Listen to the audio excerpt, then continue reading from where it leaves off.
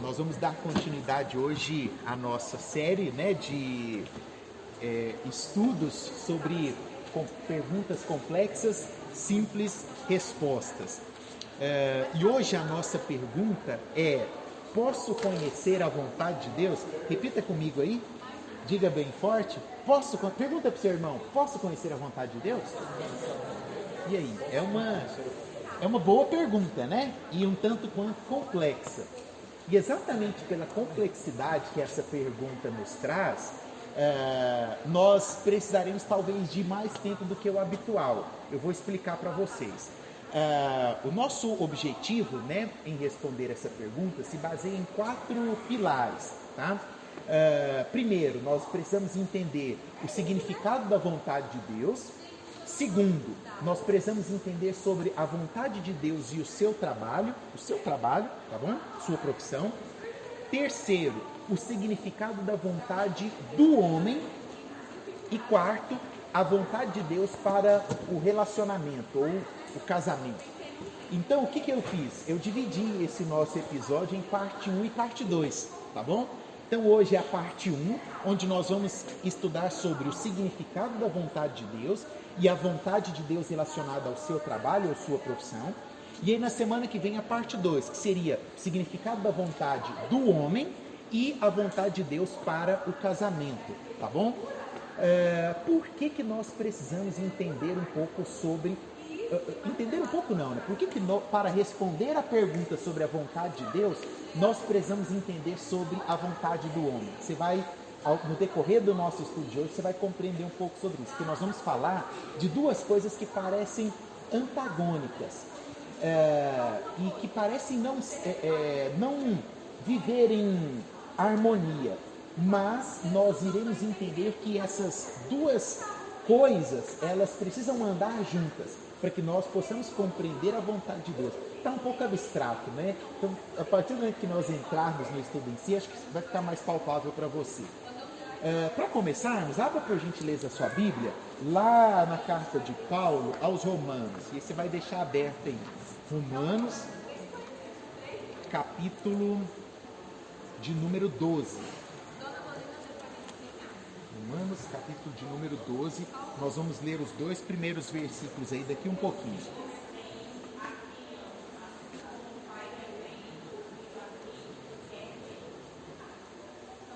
Bom, vamos começar abordando o principal conceito, que é o significado da vontade de Deus.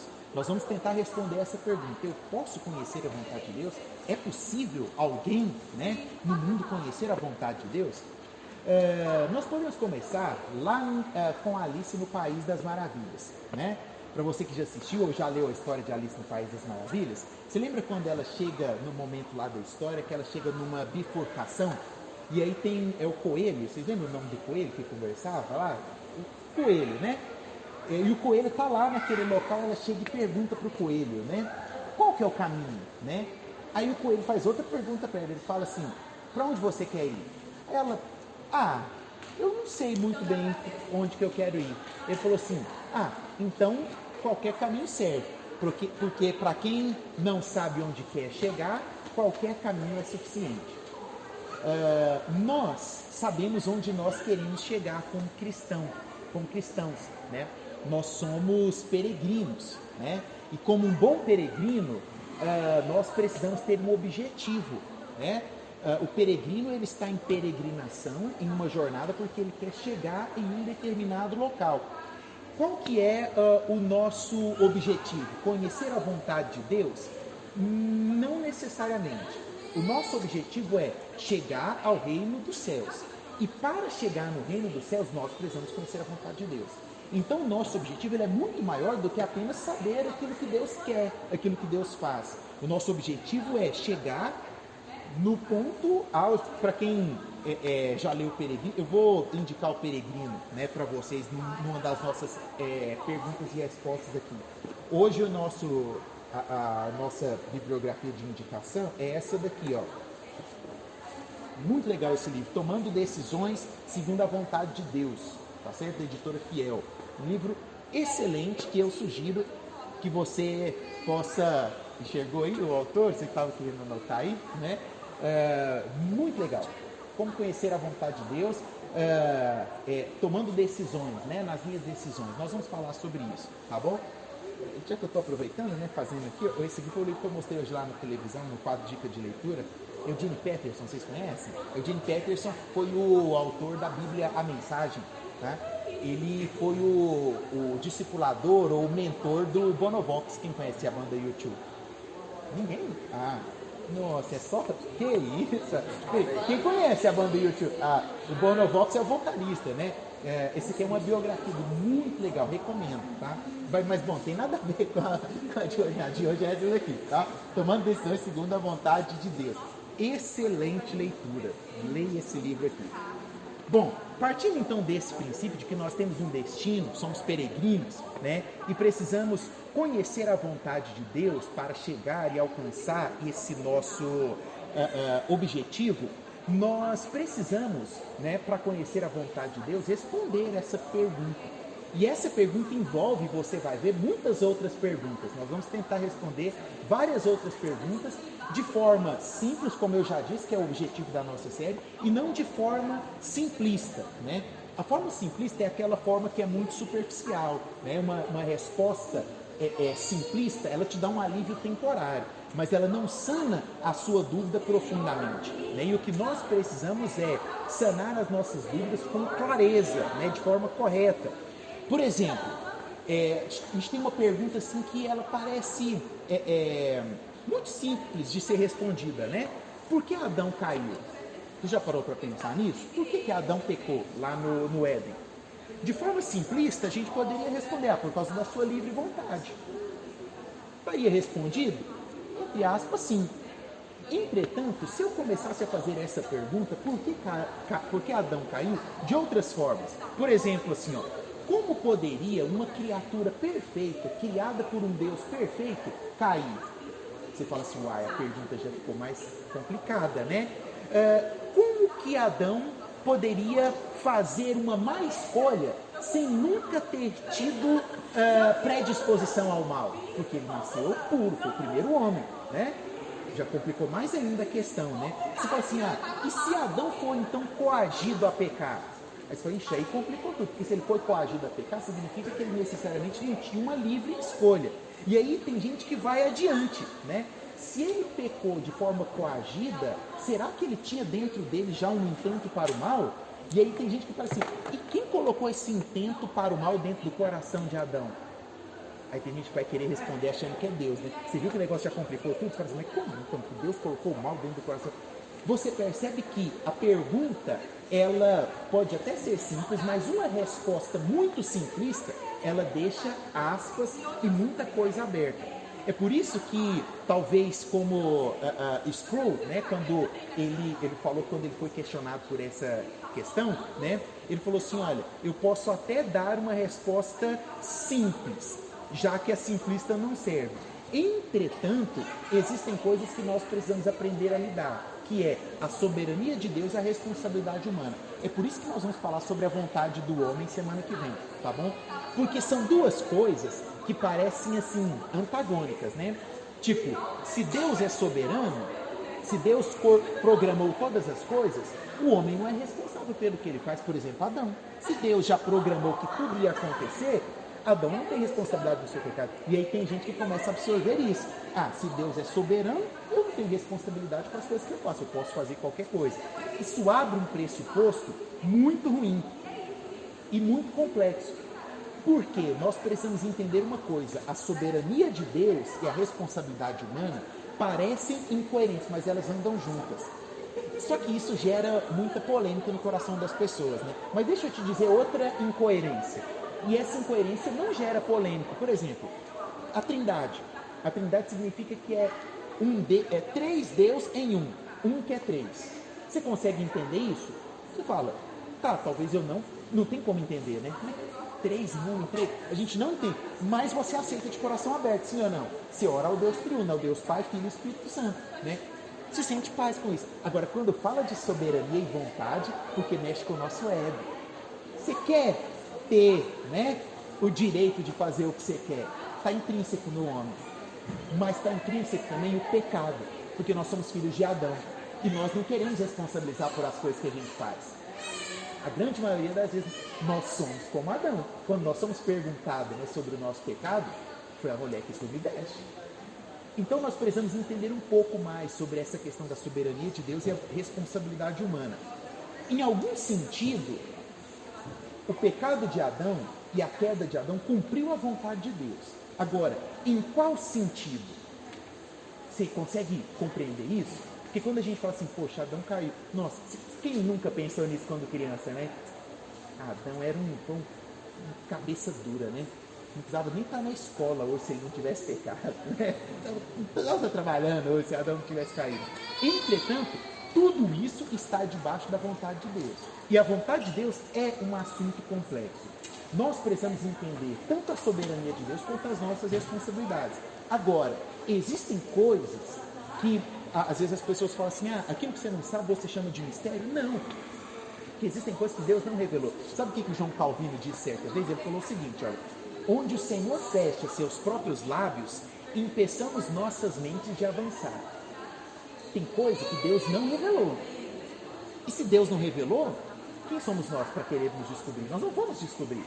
Agora, existem coisas que nós possamos entender baseado nos pressupostos que a Bíblia nos dá. Como, por exemplo, a vontade de Deus. Vamos ler o que diz Romanos, capítulo de número 12, versos 1 e 2. Portanto, irmãos, pelas misericórdias de Deus, peço que ofereçam seu corpo como sacrifício vivo, santo e agradável a Deus. Este é o culto racional de vocês. E não vivam conforme os padrões deste mundo, mas deixem que Deus os transforme pela renovação da mente, para que possam experimentar qual é a boa, agradável e perfeita, o quê? Vontade de Deus. Nós podemos experimentar a boa, perfeita e agradável vontade de Deus. A Bíblia fala da vontade de Deus. Se nós pegarmos, por exemplo, a oração do Pai Nosso. Eu disse semana passada que a oração do Pai Nosso, ela poderia ser uma série nossa, né? E ela será, olha que coisa, né? Nós estamos nas quintas, né, estudando o Sermão do Monte. O Sermão do Monte compreende Mateus capítulo 5, 6 e 7. Nós começamos no início do ano o capítulo 5 e ainda estamos no começo do capítulo 5. Um versículo por quinta, né? Mas eu estava estudando, né? Eu falei, nossa, Mateus foi inteligente demais, né? Porque ele pegou ali aquilo que Jesus falou e compôs, né, num bloco que é o Sermão do Monte. Então ele faz ali as bem-aventuranças, que aí nós acabamos essa semana. Aí agora ele vai começar algumas coisas práticas, ele vai começar a falar de sal e luz do mundo e tal. Aí vai vir circunstâncias bem práticas sobre o amor ao próximo, o adultério e tudo mais. E aí dentro do sermão entra o Pai Nosso. Então lá na nossa célula, né, de quinta-feira, nós vamos ter uma série dentro da série, né? Nós vamos falar sobre o Pai Nosso. E vai ser muito legal, certo? Eu não sei se a gente ainda vai conseguir esse ano, né?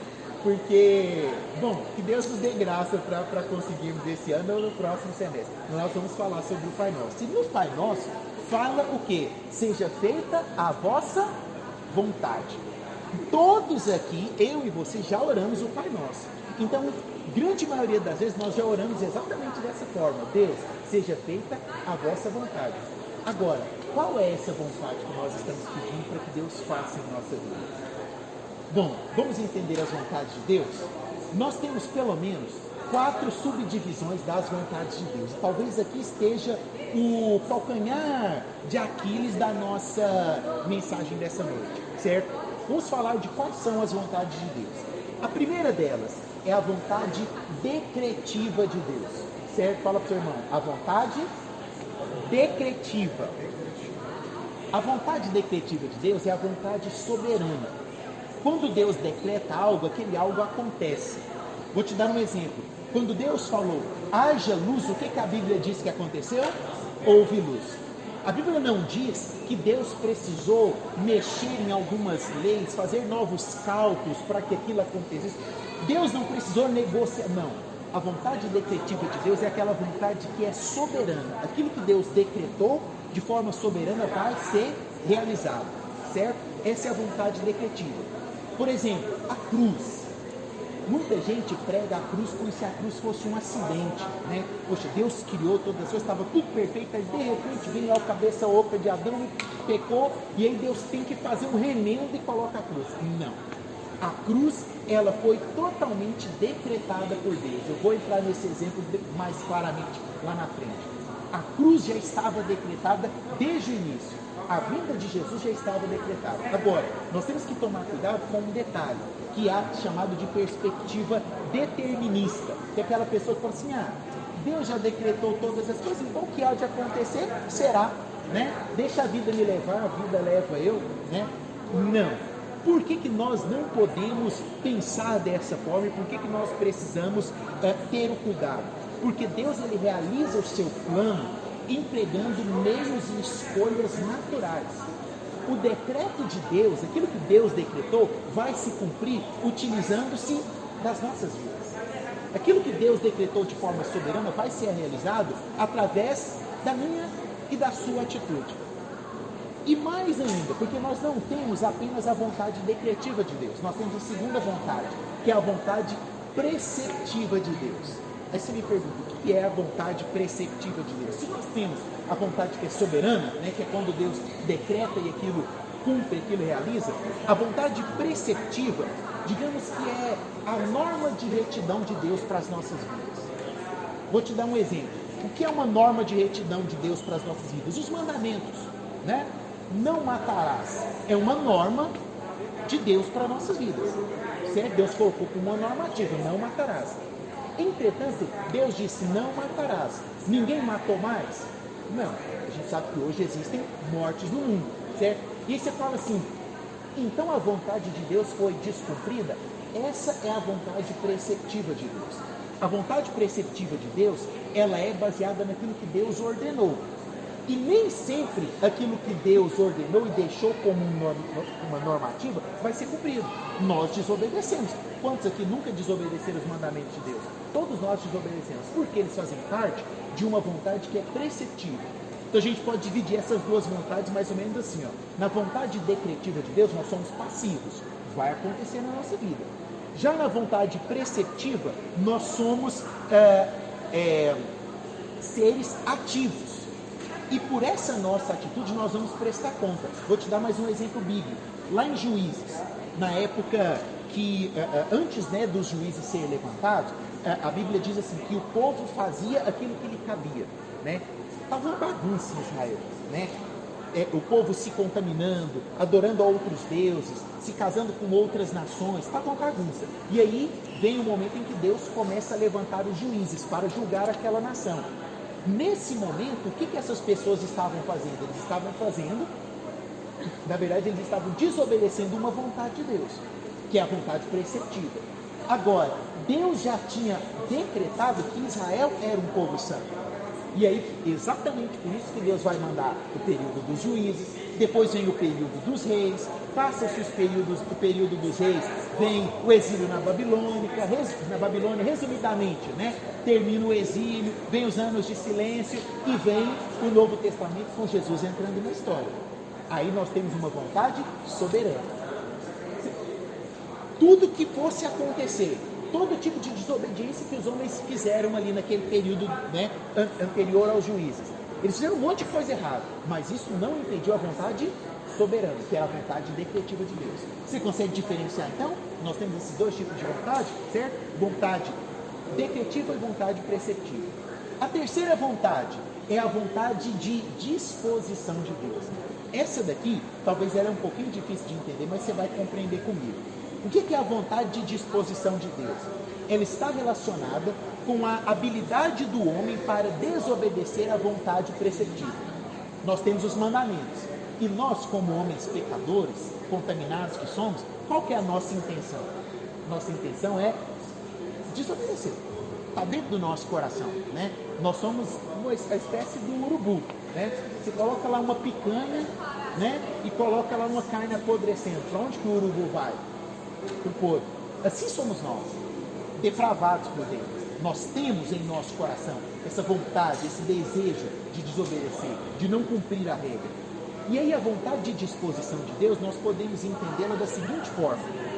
Em 2 Pedro, capítulo 3, versículo 9, o apóstolo Pedro fala o seguinte: não querendo que alguns se senão que todos venham a arrepender-se. Então, Felipe Teves, o que isso aqui está querendo dizer?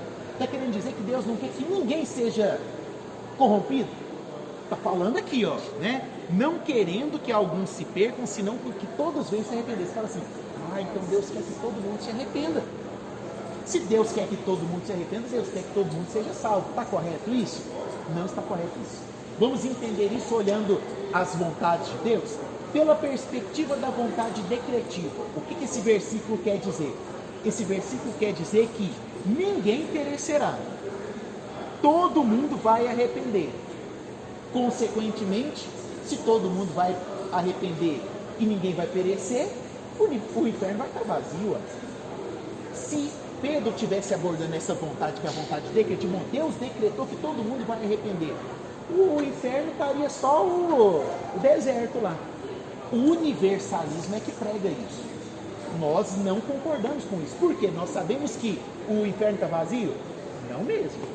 Tem muita gente lá. Então a vontade decretiva de Deus não serve para interpretar esse versículo, ok? Se nós fôssemos pegar a vontade preceptiva de Deus, na vontade preceptiva falaria-se, né, que ninguém perecerá moralmente. Mas se você quiser perecer, você pode. Você toma conta das suas vontades, né? Você consegue decidir pelo bem e pelo mal.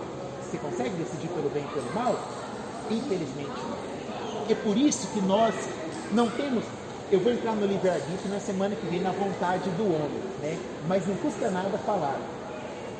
Se você não é livre para fazer a escolha que você quer, se você é tendencioso ao mal, você não tem o livre-arbítrio. Então a vontade preceptiva não caberia aqui, porque na vontade preceptiva é aquela vontade que nós podemos desobedecer. Então Deus fala: você vai se arrepender. Você fala: não quero. Estou aqui, não. Poderia isso? Jamais. Então não é vontade preceptiva. Agora, vontade de disposição. O que é a vontade de disposição? E é o que Pedro está escrevendo aqui. Ninguém perecerá, no sentido de que Deus não está interiormente disposto que o homem se morra. Que o homem morra. Deus não se agrada na morte do homem. É exatamente isso que Pedro está querendo dizer. Pedro está dizendo assim: olha, Deus, no fundo, não queria que ninguém se perdesse. Deus, no fundo, não queria de fato que todos viessem a arrepender. Mas por que isso não acontece? Porque tem uma vontade que é a vontade de disposição. Deus pode decretar até aquilo que não agrada o coração dele. Posso te dar um exemplo? Aí você vai entender perfeitamente essa vontade de disposição. Um juiz que está julgando uma causa. Chega lá o ladrão que entrou dentro da casa e roubou. O juiz olha para aquele ladrão e o ladrão fala: não, eu roubei porque eu estava passando fome, eu precisava comer.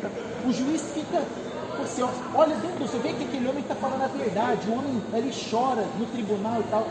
Mas a lei diz que quem rouba precisa o quê? Pagar pela sua pena. O que o juiz vai fazer? Vai perdoar ele só porque ele está lá chorando? O juiz tem que decretar a prisão dele, ele tem que pagar por aquele roubo.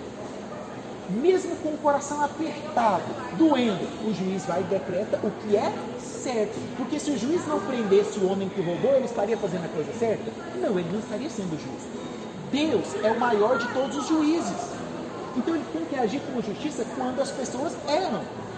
E mesmo que isso lhe doa o coração, ele tem a vontade de disposição. Qual era a vontade de disposição para o mundo? Que o mundo não se perdesse. Entretanto, acima disso está a justiça de Deus.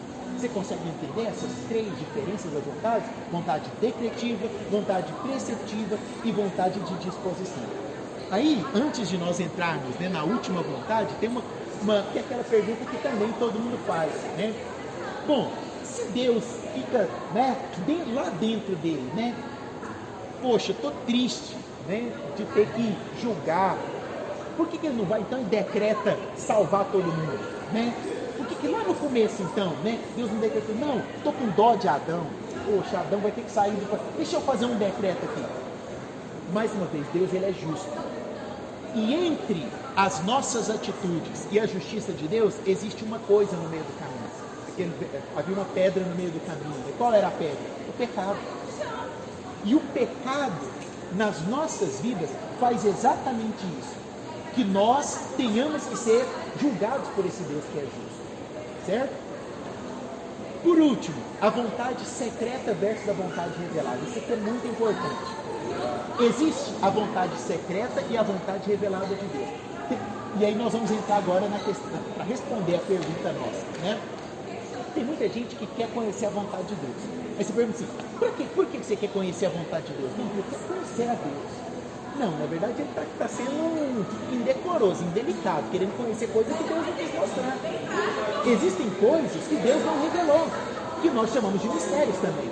Agora, existem coisas que foram reveladas. E há um limite para essa revelação. Qual que é o limite dessa revelação? A Bíblia. A Bíblia. Aquilo que foge da Bíblia não foi revelado por Deus.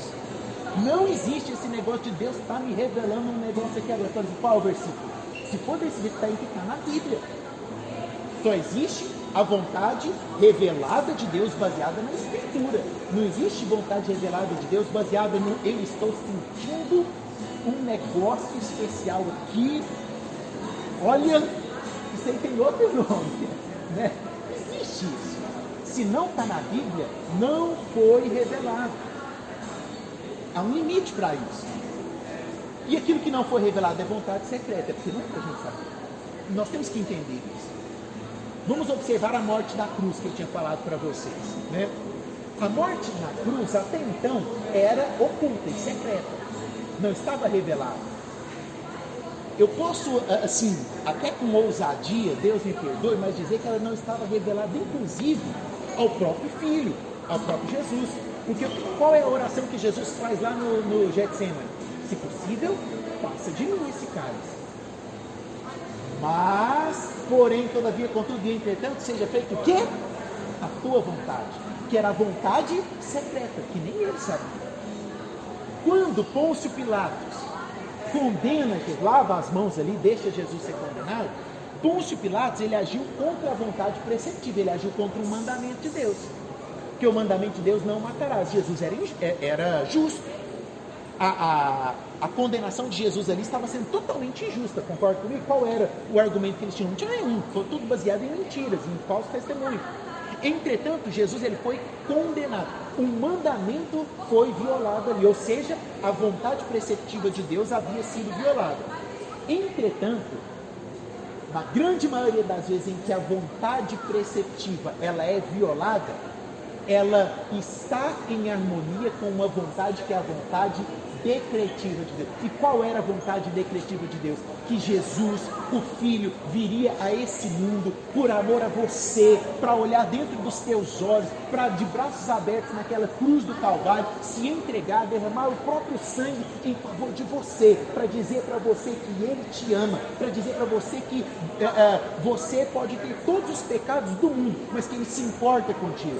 Por mais que a vontade preceptiva de Deus estivesse sendo corrompida ali, a vontade soberana de Deus estava tornando aquilo que era mal em bom. É por isso que muitas vezes Deus deixa e permite com que coisas ruins aconteçam com pessoas boas. Na verdade, tem uma frase melhor para essa, quando as pessoas perguntam assim, né, por que coisas ruins acontecem com pessoas boas? Aí a resposta é a seguinte, não tem ninguém bom, né? Quem que é bom? Todo mundo é ruim, né? Agora, eu posso, né, com um parêntese aqui, dizer o seguinte, que coisas ruins vão acontecer conosco, né, debaixo de um propósito maior, debaixo da vontade decretiva de Deus, porque Deus já decretou coisas ao nosso respeito, e nós cremos que a boa, perfeita e agradável vontade de Deus vai se cumprir nas nossas vidas, nós cremos nisso. Então, que vontade é essa, né, que eu quero descobrir? Qual é essa vontade de Deus? Em primeiro lugar, eu posso descobrir a vontade decretiva de Deus? Não. Existem aspectos, e aqui eu estou respondendo, né, a nossa pergunta, existem aspectos que são secretos, e querer descobrir esses aspectos é tolice, incoerência, presunção da nossa parte. Nós não fomos chamados para isso. Lutero falava o seguinte, olha, temos que manter em vista a sua palavra e não a sua vontade, que é inescrutável. O que tem que estar no nosso coração é o quê? A palavra de Deus. As outras coisas que são inescrutáveis, Ele já decretou. Agora, entretanto, eu consigo descobrir determinada vontade de Deus? Sim. De que forma? Através da iluminação do Espírito Santo e da iluminação da palavra. Eu posso entender qual é a vontade preceptiva. Então, quando eu oro para Deus, Deus, seja feita a tua vontade, assim na terra como no céu. Eu estou orando de que forma? Eu estou orando para que a vontade soberana de Deus seja feita no céu. Eu não sei o que está acontecendo lá, mas que a vontade preceptiva dele aconteça nas nossas vidas. E também a vontade soberana dele, porque nós sabemos que por mais que as coisas ruins possam estar nos acontecendo hoje, um futuro melhor nos aguarda. Deus tem coisas preciosas para nós no futuro. Por último, para finalizarmos, qual é a vontade de Deus para o nosso trabalho, para a nossa vida profissional? Todas as vezes que você faz amizade com alguém, né, que você conhece alguém, tem 3 perguntas que permeiam o início de uma conversa, né? Qual é o seu nome? Você é filho de quem? O que você faz? Aqui em Goiás, em outros lugares seria, qual é o seu nome? Qual é o seu, né? Aqui não, você é filho de quem? Né? E o que você faz? Né? A nossa profissão, ela diz muito a respeito de nós, aquilo que nós fazemos, né? O seu título de advogado daqui a alguns dias vai dizer respeito àquilo que você é, né? O seu título de administrador daqui a alguns dias vai dizer aquilo que você é. Administração ou contabilidade? Contabilidade. Contador vai dizer aquilo que você é, né? Agora, quando a gente fala em aquilo que nós fazemos, nós estamos falando em vocação. A vocação vem do latim, que é uma palavra vocare. Essa palavra significa, no original, chamado. Todos nós somos chamados para alguma coisa. Todos nós temos uma vocação. E essa nossa vocação, ela está dentro da vontade decretiva de Deus e atua de acordo com as nossas escolhas, que são as vontades preceptivas. Aquilo que é a sua aptidão, aquilo que você gosta mais de fazer, aquilo que foi colocado para você desde a sua infância. E aí eu encerro aqui. Jesus, ele viveu 30 anos antes de começar a ministério dele. Antes de Jesus ser um pregador, ele era o quê?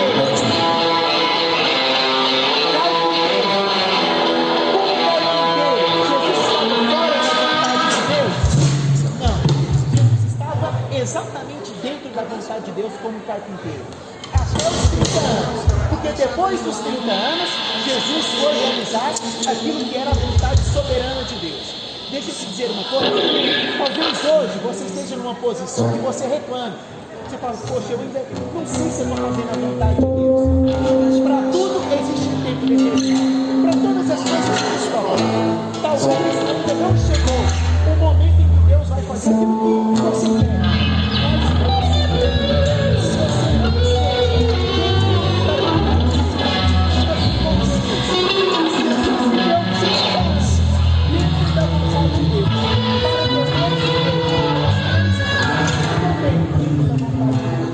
Qual que é o meu desejo para você?